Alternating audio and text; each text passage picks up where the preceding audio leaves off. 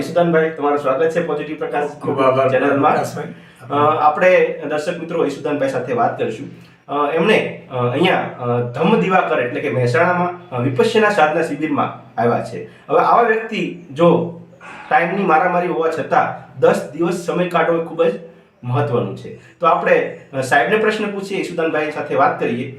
ઈશુદાનભાઈ, તમને કેવી રીતે વિચાર આવ્યો અને ક્યાંથી પ્રેરણા મળી કે મારે વિપશ્યના કરવી છે? બિલકુલ, આમ તો મારા મિત્રો વિપશ્યનામાં જતા હતા તો વારે વારે કહેતા હતા.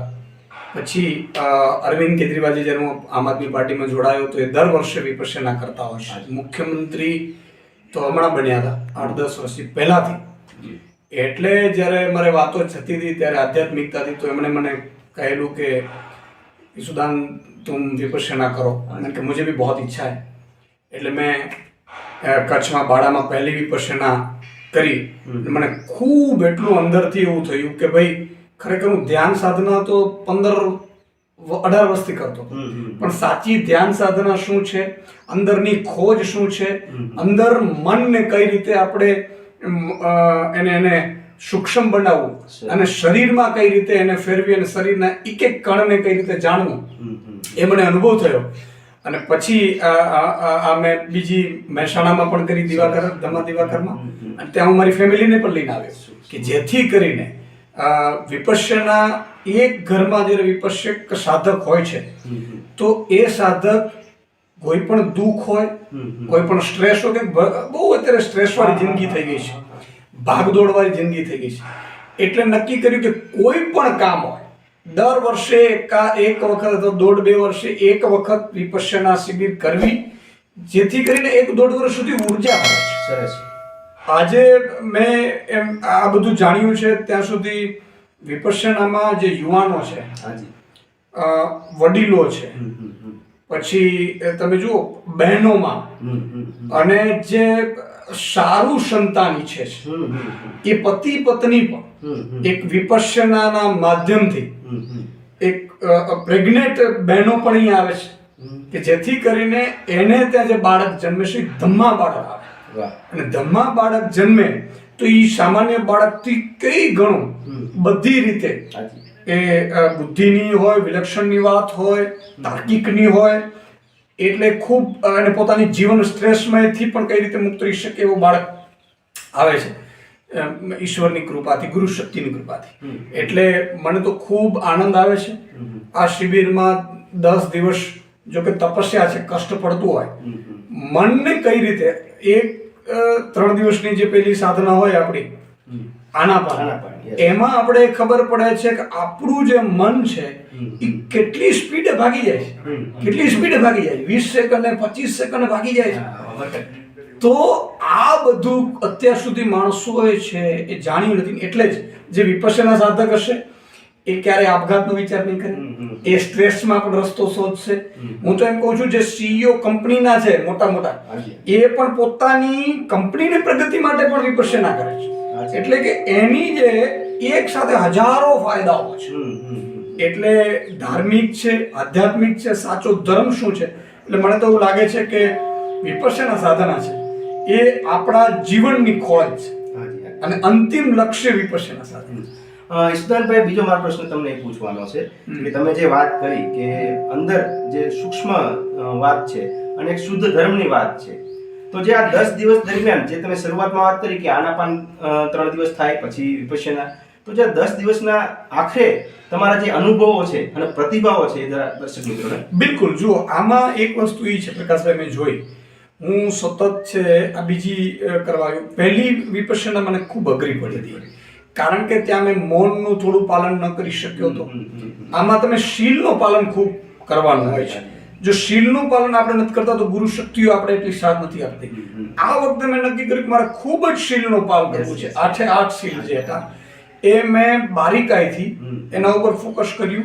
સાથે સાથે એ અનુભવમાં મને મન છે ચંચળ, એને કઈ રીતે નિયંત્રિત કરી શકાય, કઈ રીતે સૂક્ષ્મ કરી શકાય, આખું મન શરીરના એક પાર્ટમાં પાર્ટમાં ફેરવીએ. એટલે 1 કલાક સાધના કઈ રીતે જાય ખબર ન પડે, 1 કલાક થઈ ગઈ હોય પણ સાધના આપણી જાય. બીજું કે અંદર એટલી અનુભૂતિ થાય છે, આ પહેલી એવી છે કે જીવંત અનુભૂતિ થાય છે. તમે જેમ પેલું ના કે આ વસ્તુ લો, રૂપિયા આપો ને વસ્તુ લો, બરાબર છે. વાતો નહીં. અને શુદ્ધ ધર્મની ખબર પડે છે કે શુદ્ધ ધર્મ શું છે. ન માત્ર મનુષ્ય પરંતુ સ્થળના, જળના અને આકાશગમનના જેટલા પણ પ્રાણી, પશુ, પક્ષી, જીવો છે, સૌનું કલ્યાણ કરવાની આપણી ભાવના છે, જાગે છે. એક સાચા ધર્મની આપણે સમજીએ છીએ એટલે વિપશ્યના સાધનામાં અઢળક આવી જાય છે. અને તમે જેમ કીધું કે મારા અનુભવો તો મને પોતાને સ્વયં એક એ તકલીફ પડે છે કે કલાક 2 કલાકે માઇન્ડ વિવરિંગ થતું હોય. એટલે 1 કલાક પહેલા ચિત્તમાં ખૂબ આનંદ આવે, બરાબર, પછી એને ક્ષમતા નથી રહેતી, આપણે ક્ષમતામાં રાખવું પડે. ઘણી વાર એવું કલાક થાય એવા વિચારો આવે કારણ કે અંદરના જે કર્મો હોય, કર્મ સંસ્કારો બહાર આવતા હોય એટલે વિચારો આવે, એમ થાય કંટાળો આવે કલાક પછી. કલાક તમે જો ધીરે ધરી જાઓ એટલે ફરીથી તમારું મન ક્ષમતામાં આવી જાય. એટલે આ 1-2 શિબિરોમાં આવું પણ યુવાનોને કે આગામી જે દર્શકો છે એને પણ હું કહું છું કે તમે 10 દિવસ પૂરા કરો. એની આવો અધિષ્ઠાન લઈ લો, 3 લઈ લો કે આ 10 દિવસ તમે સમર્પિત કરી દીધા, ગમે તેવી તકલીફ આવશે તો ઓટોમેટિકલી મન પાછું ઓકે થઈ જાય. કે મન છે એ બગાડવાની કોશિશ કરે છે. એટલે મને એ વસ્તુ થોડી થતી હતી, પણ અલ્ટિમેટલી જ્યારે 4થો દિવસ વિપશ્યના શરૂ થાય પછી 7મા દિવસ એટલી અનુભૂતિ સારી થાય, 8મું 9મું એ તો પછી અનુભૂતિઓનો. અને જે ગુરુજી જે સત્યનારાયણ ગોયંકાજી જે પ્રવચન કરે છે એ 1.5 કલાકના પ્રવચનમાં મન સ્થિર થઈ જાય છે કે એ એના ચૈતન્ય વસ્તુ એવું લાગે. અને સાથે સાથે સાચો ધર્મ શું છે, ક્યાં આપણી ભૂલ થાય છે, ક્યાં આપણે ગુસ્સો, બીજો કોઈ માણસ ગાળ આપી જાય અને આપણે અંદર જ આપણે તકલીફમાં પડીએ છીએ. એટલે આપણા જે પ્રજ્ઞા જે જગાવવાની છે એ જ્યારે વાત કરે છે ત્યારે હવે ખબર પડી જાય કઈ રીતે જિંદગીમાં જીવવું, કઈ રીતે કોઈ આપણે ગુસ્સો કરાવવાનો પ્રયાસ કરવો, ગુસ્સો ન કરવો, આપણે ચિત્ત ખરાબ ન કરવું, ચિત્ત એમાં નાખવું નહીં, આ બધી વસ્તુઓ પણ. એટલે જિંદગી બીજે દિવસથી સરળ જીવવાનો પણ એક બહુ મોટો મેસેજ મળે છે. એક સવાલ ઈશુદાનભાઈ કે આજે સોશિયલ મીડિયા વધતું જાય છે, ટેકનોલોજી વધતી જાય છે અને સ્ટ્રેસ પણ વધતો જાય છે, કારણ કે દરેકને કંઈક ને કંઈક અચીવમેન્ટ કરવું છે, એ વ્યાજબી છે, એમાં કંઈ ખોટું નથી.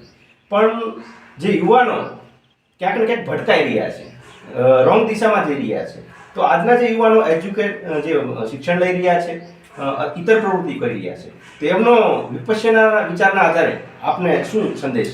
હું એવું કહીશ કે જો વિપશ્યના છે ને એમને બધી રીતે ફાયદો કરશે. એક તો મન તમારું એકાગ્ર થાય એટલે તમે કોઈ પણ એક્ઝામ હોય એની પાસ કરી શકો, એ આઈએએસ આઈપીએસ ની, બરાબર છે, પહેલો એ ફાયદો.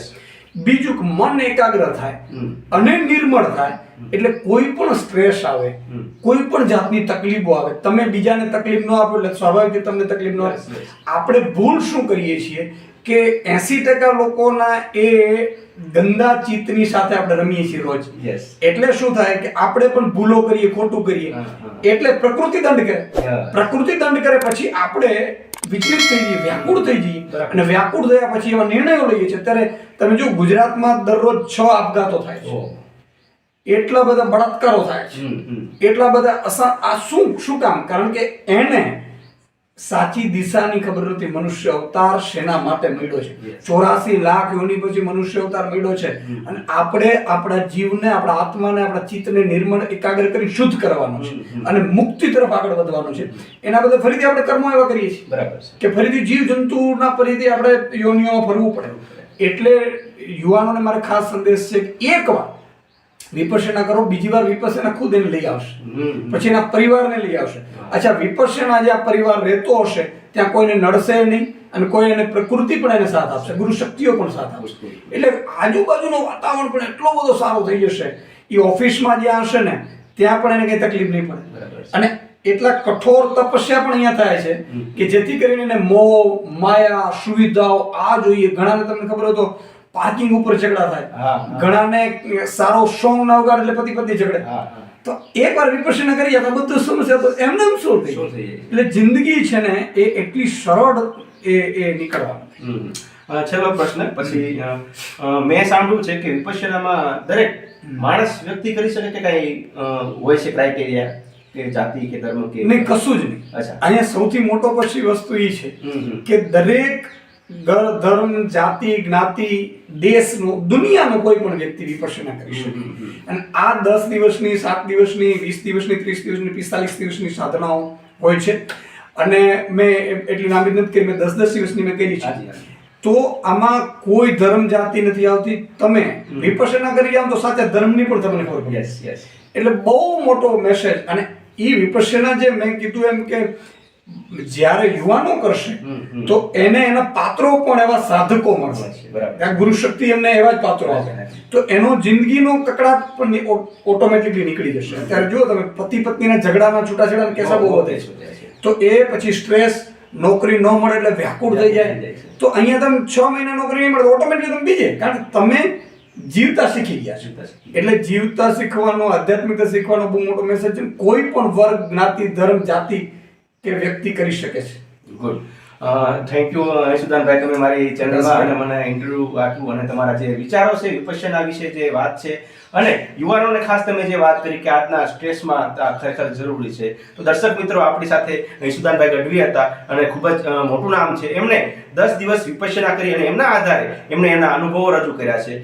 મિત્રો, હું પણ તમને અપીલ કરું છું કે આ જે ધર્મ, શુદ્ધ ધર્મ, સાર્વજનિક ધર્મ છે, એમણે જે વાત કરી જાતિ જ્ઞાતિ ધર્મ, કે કોઈ પણ માણસની જાતિમાં આવવો જોઈએ, એ વિપશ્યના કરી શકે છે. આવો શુદ્ધ ધર્મ તમે તમારી જિંદગીમાં એપ્લાય કરો અને તમારી જે તણાવભરી જિંદગી છે અને જે ટેન્શન અને જે ચિંતા છે એમાંથી મુક્ત થાવ અને વિપશ્યનામાં આવો. ફરીથી ઈશુદાનભાઈ, તમારો ખૂબ ધન્યવાદ. ખૂબ ખૂબ આભાર. મિત્રો, આવા જ ઉપયોગી અને માહિતી અને પ્રેરણાદાયી વિડીયો જોવા માટે પોઝિટિવ પ્રકાશ યુટ્યુબ ચેનલને તમે સબસ્ક્રાઇબ કરો અને ફરીથી આવા વિડીયો સાથે ફરીથી મળશું. ત્યાં સુધી સ્વસ્થ રહો, મસ્ત રહો, ખુશ રહો, સબકા મંગલ રહો.